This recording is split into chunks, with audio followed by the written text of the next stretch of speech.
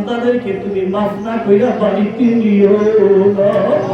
আমাদের মা বাবাকে ক্ষমা না করে তুমি কাউরে বাড়িতে দিও না। আয় আল্লাহ, আমাদের আপনজনগুলোরে তুমি মাফ করিয়া তারপরে তুমি সবাইকে বাড়িতে দিও রে আল্লাহ।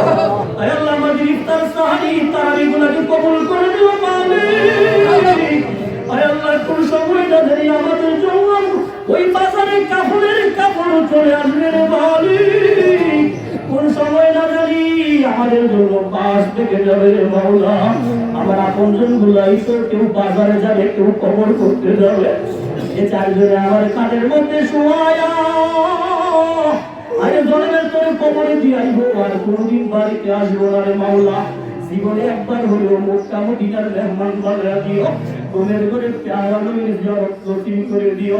তোমার নবীর আশিক পাগল বানায়া রমজান মাসে তুমি মাওলা নামাজের সেজদায় মরণ দিও। আর আমাদের প্রত্যেকের জবানে জারি করে দিও লা ইলাহা